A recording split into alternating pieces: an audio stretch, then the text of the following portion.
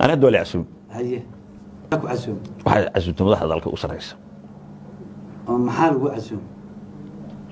وحوي كل الدول ده قيب كان نقدرها دولتها قيب كان نقونيس واد أقبش marka maxaad ku aqbashay dawladdan oo dawladii hore ku diiday dawladda waxaan ku diiday dawladda hore kamay ahayn dhab intaas dawladda hore soo joogtay hal tuula shabaab laga ma qabsan shabaab lama dagaalayn magaalada muqdisho lacag ka qaadan waad ogeyd ma taqaana ma ahayn dawlad u shaqeynaysa qaab hanaan dawladnimo ah madaxda dalka waxay ku mashquulsanaayeen inay dadka ugaarsadaan hebel ay nacab hebel ay jecel de maanta hadda xasheeqda anaga maanta aan wax ka sheegayno de anaga mashquul nagu ma ah marka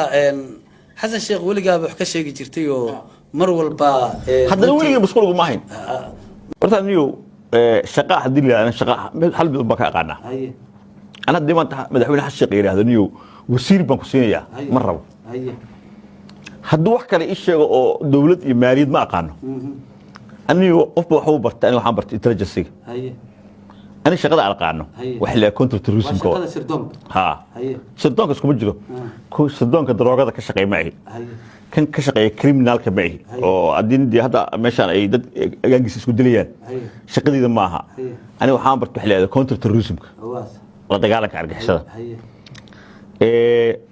tan aniga aan xiisay inaan ka shaqeeyana taasay noqonaysaa marka jigada aad filayso waa tan terrorism ka la dagaalanka argagixisada miya noqonaysaa dawladdan meesha ka shaqeyn doono